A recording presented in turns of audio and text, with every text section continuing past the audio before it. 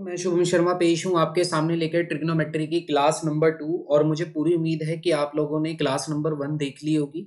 अगर आपने क्लास 1 नहीं देखी है तो डेफिनेटली क्लास 2 में आपको थोड़ी सी दिक्कतें मशक्कत करनी पड़ सकती है क्वेश्चंस को समझने में। इसलिए मैं आपको यही सजेस्ट करूंगा कि इस क्लास को देखने से पहले आप क्लास 1 को जरूर देखना ट्रिग्नोमेट्री की। उसके बाद आपको क्लास 2 बहुत आसानी से समझ आने लगेगी।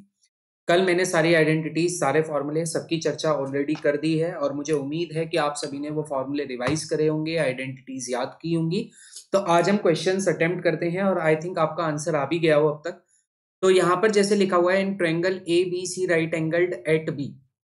ठीक है, अगर हम बात करें, यहां पर हमसे कह रहा है कि एक राइट ट्रायंगल हमने एक ड्रॉ किया।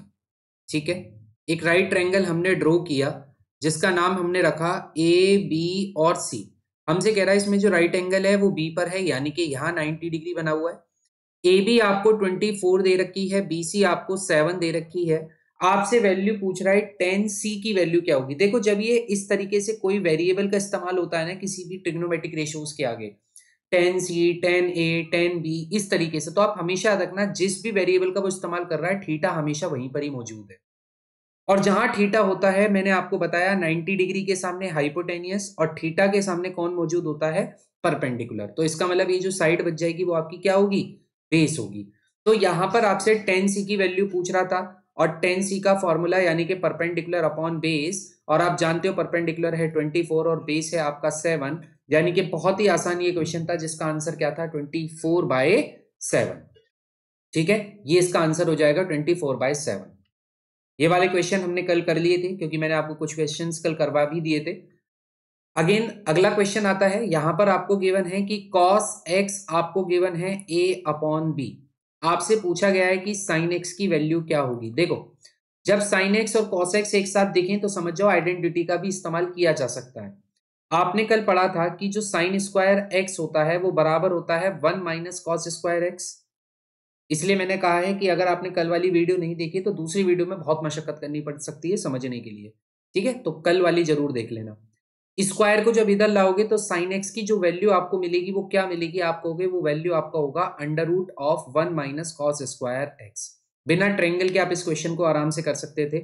1 माइनस कॉस एक्स की वैल्यू आपको दे रखी है ए अपॉन बी, और अगर स्क्वायर कर दें तो A square upon B square. क्या हो जाएगा, आप कहोगे under root B square, LCM आ जाएगा, ऊपर बचेगा B square minus A square. अब देखो, B square minus A square तो रूट से बाहर नहीं आ सकता, लेकिन इस बी स्क्वायर को अगर मैं ध्यान से देखूं तो मैं इस बी स्क्वायर को जब रूट के बाहर लाऊंगा तो ये 1 अपॉन बी निकल के आएगा बाहर, और ब्रैकेट के अंदर क्या बचा रह जाएगा, under root of B square minus A square. तो जो साइन एक्स की वैल्यू होगी वो क्या होगी, साइन एक्स की वैल्यू आपकी हो जाएगी under root of B square minus A square upon B. कौन सा ऑप्शन आपको सही दिख रहा है, तो ये रहा आपका ऑप्शन नंबर सी, जो कि आपका बिल्कुल राइट आंसर हो जाएगा। ठीक है, under root of B square minus A square upon. Question समझ आया। अगले क्वेश्चन की तरफ आते हैं।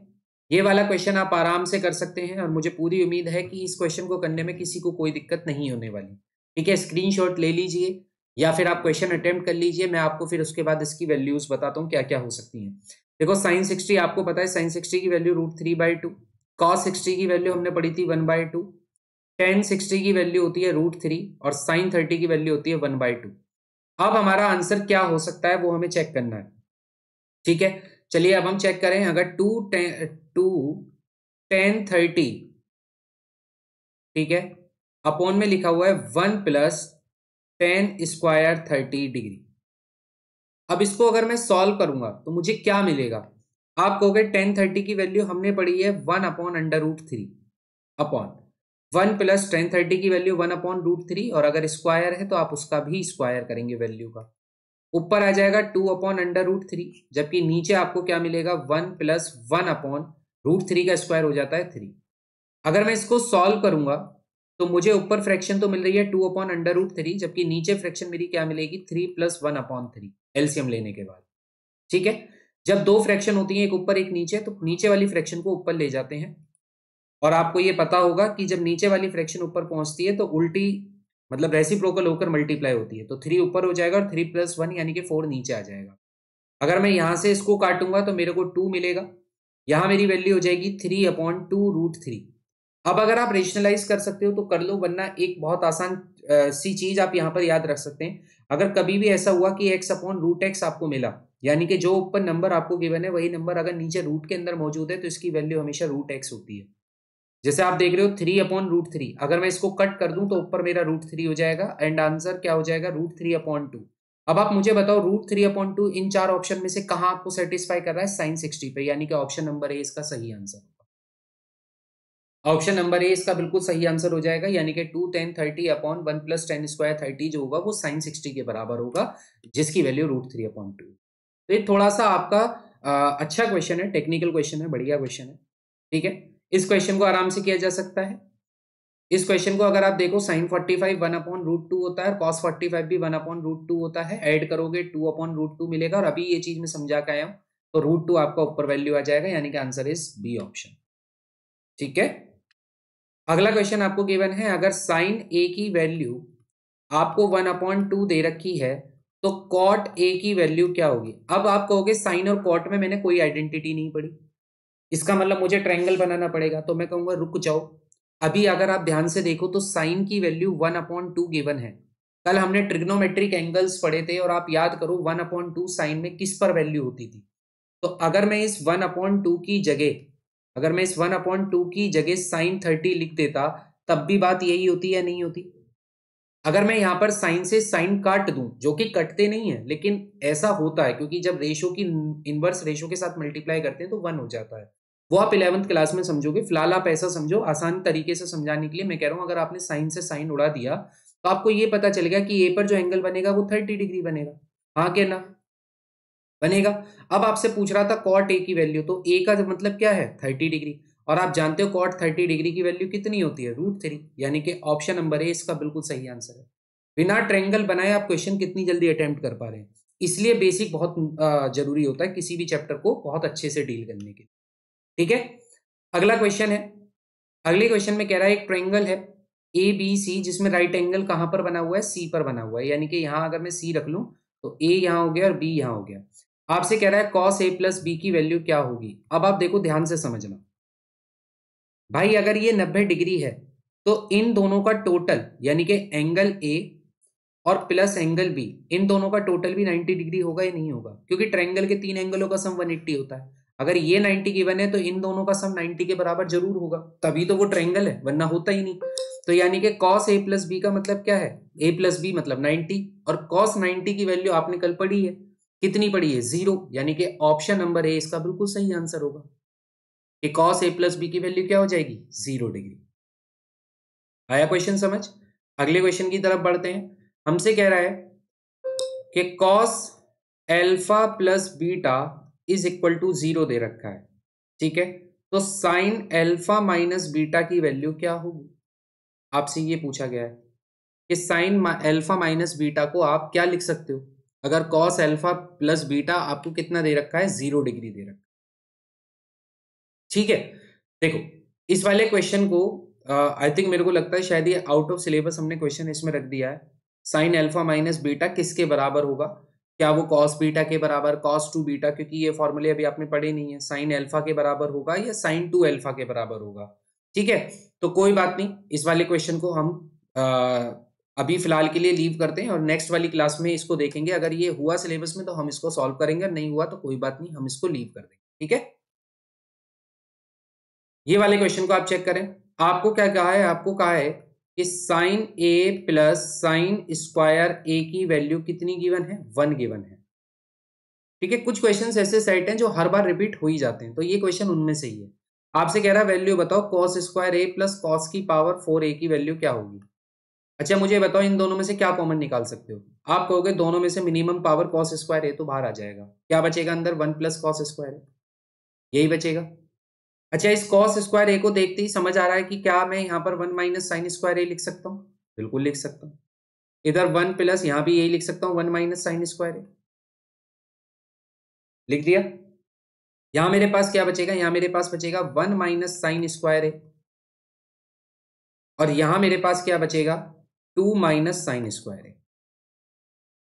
ठीक है, अब अगर हम ध्यान से यहां पर देखें कि साइन स्क्वायर ए की वैल्यू अगर मैं यहां से कैलकुलेट करूं तो साइन स्क्वायर ए मुझे कितना मिलेगा, आप कहोगे साइन स्क्वायर ए की वैल्यू मुझे 1 माइनस साइन ए मिलेगी इस वाली इक्वेशन से।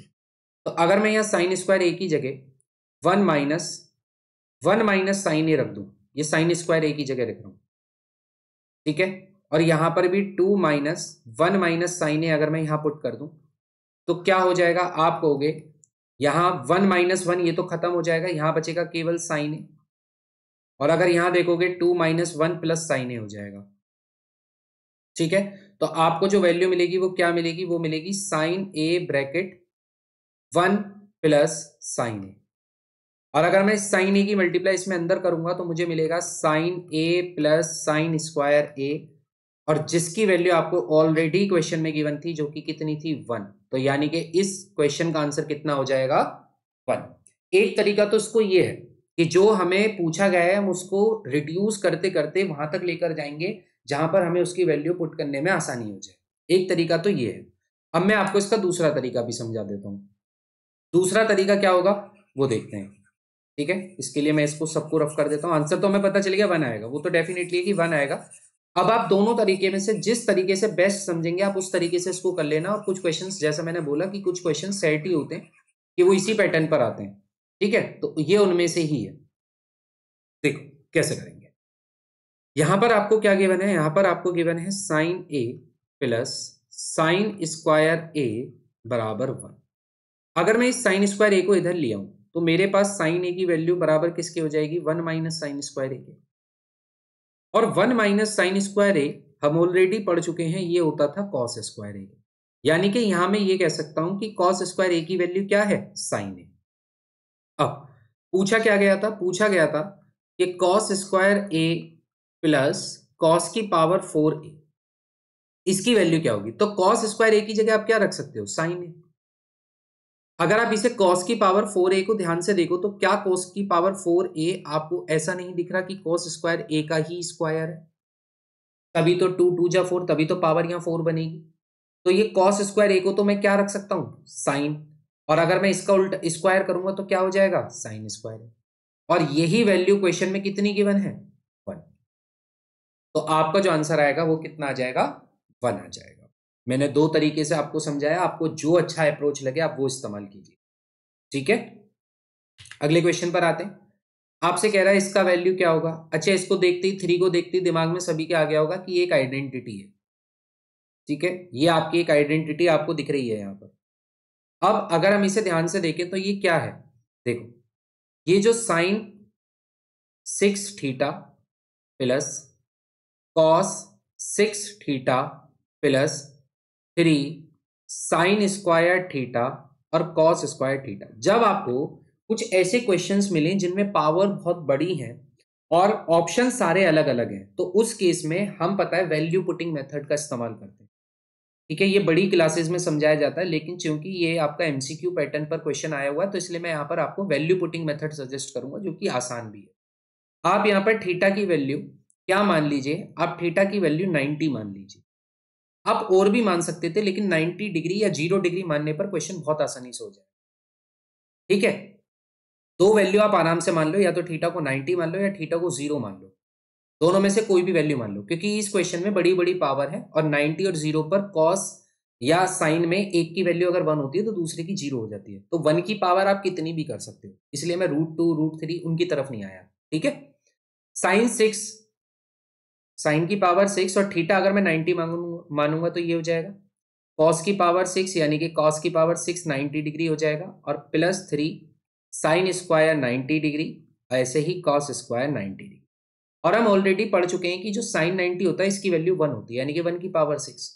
कॉस 90 0 होता है तो वो तो कितनी पावर बना लो आप 0 ही आएगा, कॉस 90 0 होता है तो ये भी 0 आ जाएगा, और 1 की पावर आप 6 कर लो तो 1 की पावर 6 आपको 1 ही आंसर देगी। इस क्वेश्चन का आंसर ऑप्शन नंबर डी।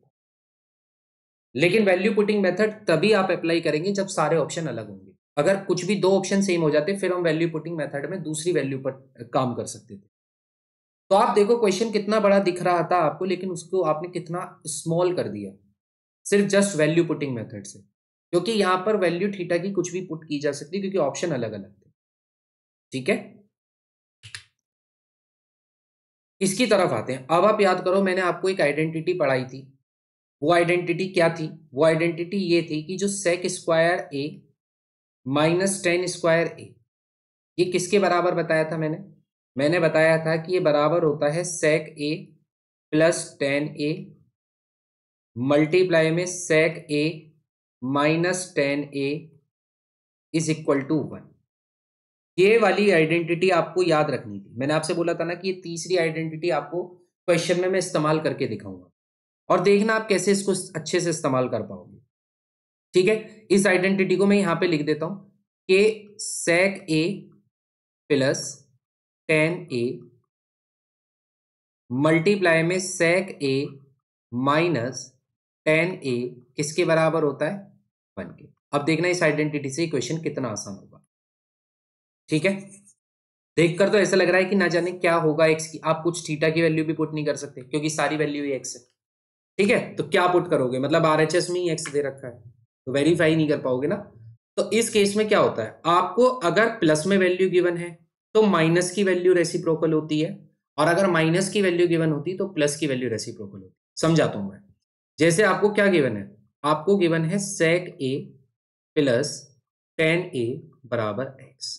तो आप याद रखना, आपका जो सेक ए माइनस टेन ए होगा वो पता है इसी वैल्यू का उल्टा हो जाएगा। आप पूछो क्यों हो जाएगा?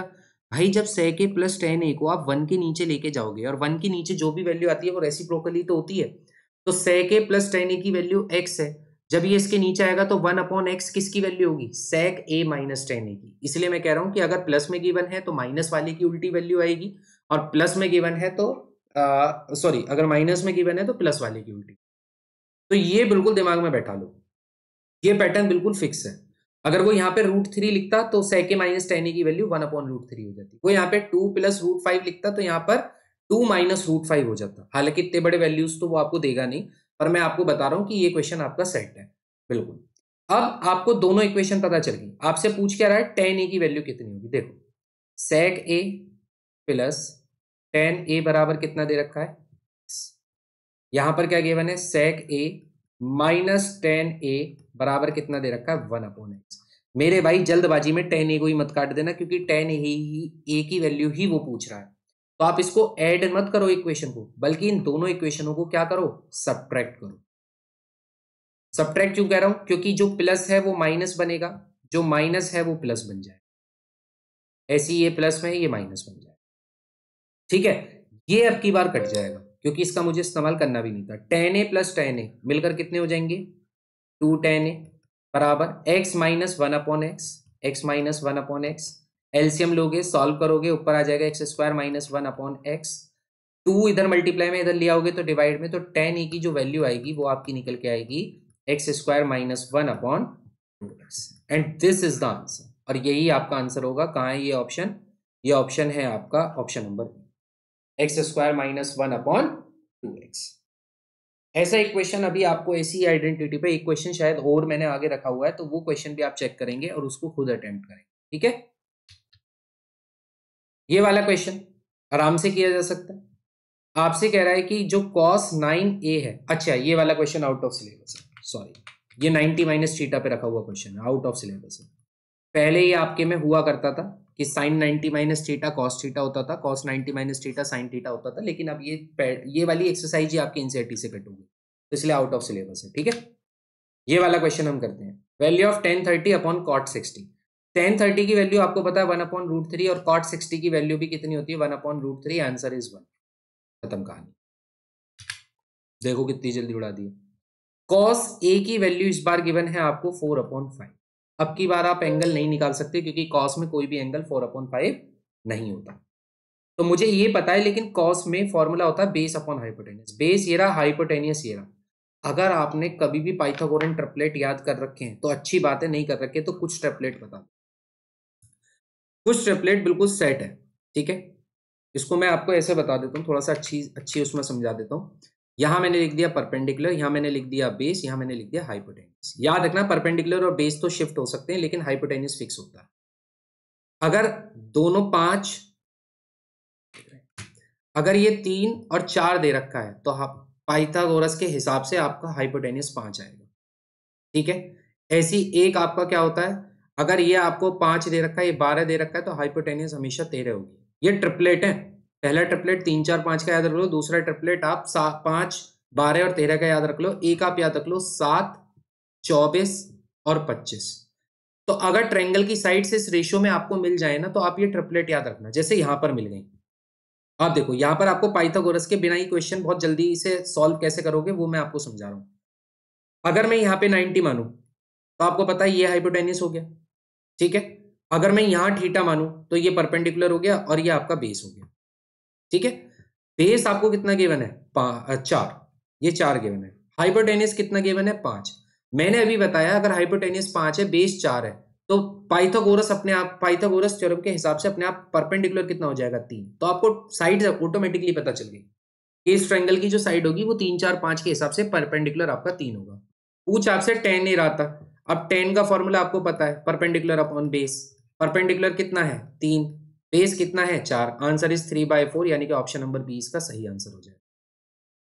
समझ रहे हो क्वेश्चन, ठीक है। इस तरीके की अप्रोच इस्तेमाल करोगे तो पक्का बता रहा हूं कि आपका एमसीक्यू एक भी गलत नहीं होगा, ठीक है। और आप डरोगे भी नहीं और आराम से कर लोगे। अब देखो साइन ए बराबर 1/2, तो सीधा रखो, साइन में 1/2 वैल्यू किसकी होती है, 30 डिग्री की। कॉस बी में 1/2, तो बी वैल्यू कितनी आ जाएगी, 60 डिग्री, क्योंकि कॉस में 1/2 60 पर होती है। ए प्लस बी की वैल्यू पूछ रहा है, ए प्लस बी दोनों को जोड़ दो, 90 डिग्री आ रहा है। आंसर ऑप्शन नंबर डी इसका सही आंसर हो गया। तो आज मैंने जो आपको ये क्वेश्चंस करवाए, ये मैंने आपको ट्रिग्नोमेट्रिक एंगल्स पे करवा दिए, मैंने आपको बेसिक पे करवा दिए। कल की हमारी लास्ट क्लास होगी जिसमें मैं आपको आइडेंटिटीज प्रूव करना सिखाऊंगा, ठीक है। वहां पर हम अच्छे अच्छे 6-7 क्वेश्चंस करेंगे जो कि सीबीएसई में बहुत बार रिपीटेड होकर पूछे गए हैं। तो कल की आपकी ट्रिग्नोमेट्री की लास्ट क्लास रहेगी, इंट्रोडक्शन टू ट्रिग्नोमेट्री। उसके बाद हम अगली क्लास पढ़ेंगे जिसको कहा जाएगा एप्लीकेशन ऑफ ट्रिग्नोमेट्री, ठीक है। हमने वो भी क्लास बना रखी, कोई दिक्कत नहीं है, बहुत सारा कंटेंट है। बस आप लोग अपना सहयोग, अपना साथ ऐसी बनाए रखें जिससे मुझे मोटिवेशन मिले आप लोगों को पढ़ाने के लिए, मुझे मोटिवेशन मिले आप लोगों के लिए काम करने के लिए, और मैं मोटिवेट होकर बहुत अच्छे से अच्छा कंटेंट आपको दे पाऊँ, ठीक है। मिलते हैं नेक्स्ट वीडियो में, तब तक के लिए जय हिंद जय भारत। सभी लोग अपना ध्यान रखेंगे, चैनल पे नए हैं तो सब्सक्राइब करेंगे। Thank you.